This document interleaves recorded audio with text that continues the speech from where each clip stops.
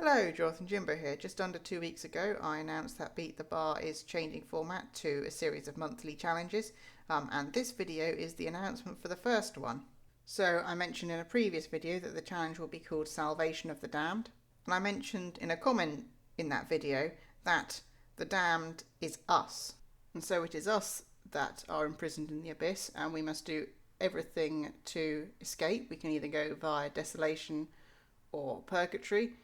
We must escape into Paradise Lost and seize control of it ourselves.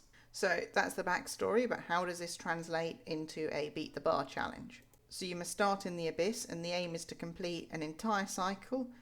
You must finish Paradise Lost and enter Abyss 2.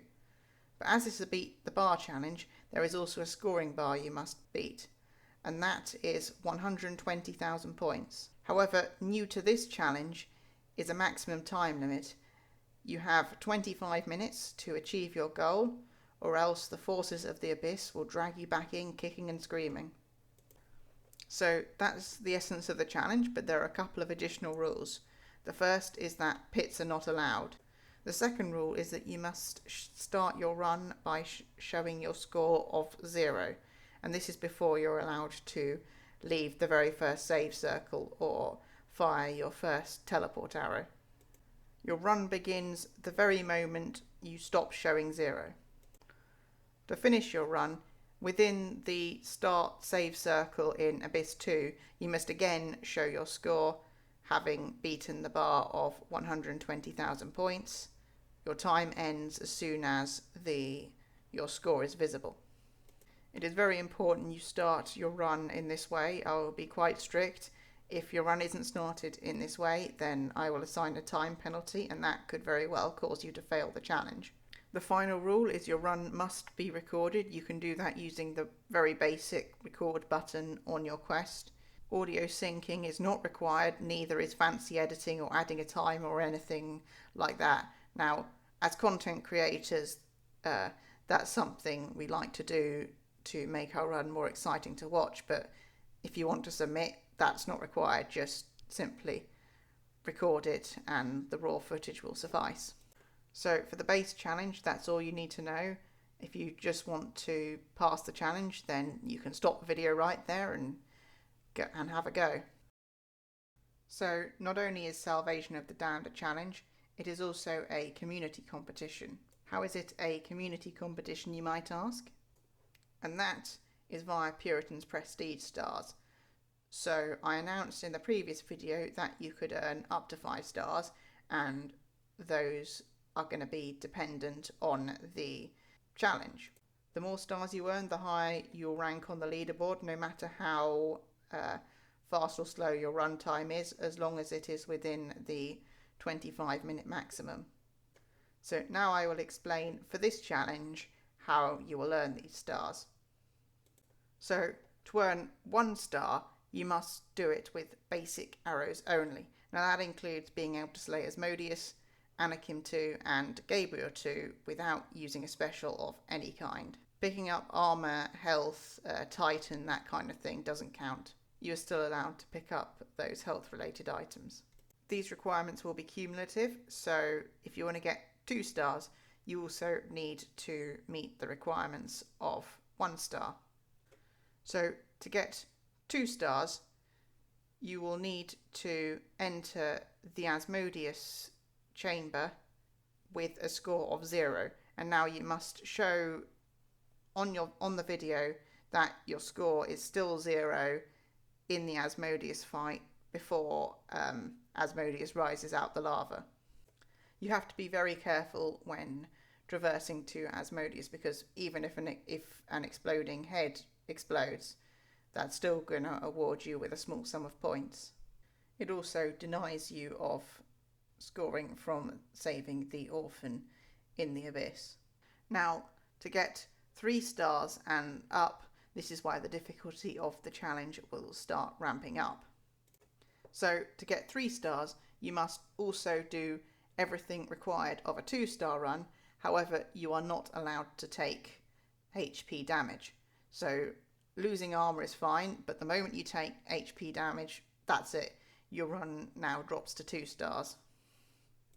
Now, to get 4 or 5 stars, this is where you will start needing to take additional risk. Because, like I say, the moment you take any HP damage, your run will drop to 2 stars, even if you would otherwise meet the requirement for 4 or 5 stars. So to get 4 stars, we're going to up the scoring bar. So instead of 120,000 you'll need, you will now need 160,000. But wait, there's more. You will need to score at least 50,000 inside Paradise Lost. Now, Paradise Lost has a lot of enemies and a lot of opportunities to take damage, so this forces you to spend more time there, and, well, that's an additional risk because, if you take HP damage, boom, 2 stars. For 4 stars, you will also need to show your score after you've defeated Anakim before heading into Paradise Lost. We can use this to verify from the recording that you've scored the required amount of points within Paradise Lost. So, a 4-star run is a big achievement on its own, but now I will announce how to achieve the ultimate goal of a 5-star run. So, to achieve a 5-star run, the scoring bar goes up once again to 200,000 points. Not only this, but you now must score 60,000 points inside Paradise Lost, and in addition, the choice of Desolation is now forced, so you cannot choose Purgatory once you've defeated Asmodeus. Now, I'd like to give an Asmodeus-sized word of caution here, and that's that achieving 5 stars in this challenge will be extremely, extremely difficult. To give a sense of perspective of just how difficult getting a 5-star run of this challenge will be, is that as of recording this video, when I was testing this challenge, I myself wasn't able to achieve 5 stars. Now, I did get very close, but no cigar. Close enough that I'm sure it's possible, but hard enough that if anyone in the community is able to do it, it will be a monumental achievement. The final thing regarding the leaderboard is if 2 runs have exactly the same number of Puritan's prestige stars, then the run that ranks higher on the leaderboard will be the run with the fastest time. So that's everything for the challenge, but I now want to explain a bit more about the submission process. So to submit your run, there'll be a Google form that you will need to fill out that will be linked within the description. Once a week, I will be reviewing the submissions from the Google form and adding them to the leaderboard, which will be again in the form of a Google document that will be linked in the description of this video. An alternate means of submission is via Discord. I will leave my Discord tag in the description. You will be allowed to temporarily submit without a recording. On the other hand, you still need to have recorded your run, because at the end of the month I will insist that all submissions must have a recording attached. Now, the logic behind this is so that earlier on in the month, well, the runs might not be your best runs, so you can submit those without a recording, and then towards the end of the month you can when you submit your best run, you can supply a recording to that one, and that saves you time from having to supply recordings for each and every submission. If you want to amend your submission with a recording, then that can be done via Discord.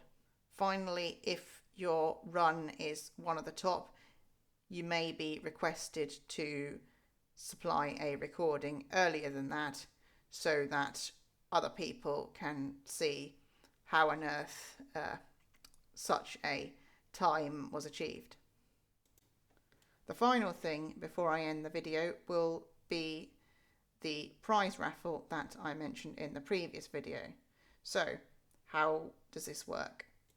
Well, the prize will either be a game of your choosing on the Oculus Store up to a maximum of £20, or alternatively, the prize may be a £20 Steam gift voucher. That will be up to you if you should win the prize. Now, how do you enter the raffle, well, all Beat the Bar submissions will be counted as raffle entries. Now, as there are 2 weapons, well, both bow and crossbow, you can get up to a maximum of 2 entries into the raffle by submitting a run for your bow and a run for the crossbow. Now, you can get those 2 entries regardless of how good your run is.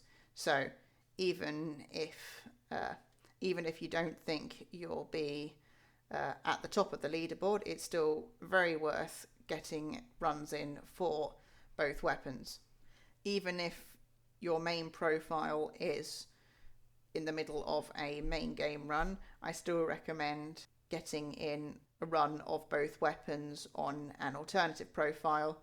Now, even if you might not be able to do as well as you could do on your main profile, as long as you can still pass the challenge for both weapons, that'll be all that's required.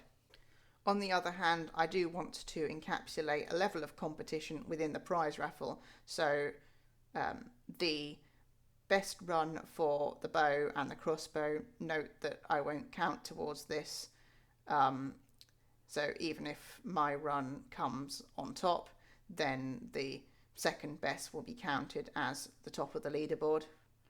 So the best run for both weapons will be given 2 entries into the raffle. And if you happen to be top in both weapons, then you get the absolute maximum of 4 entries. And with that, I wish everyone the best of luck in the challenge. Seize control of paradise or remain forever a prisoner of eternity.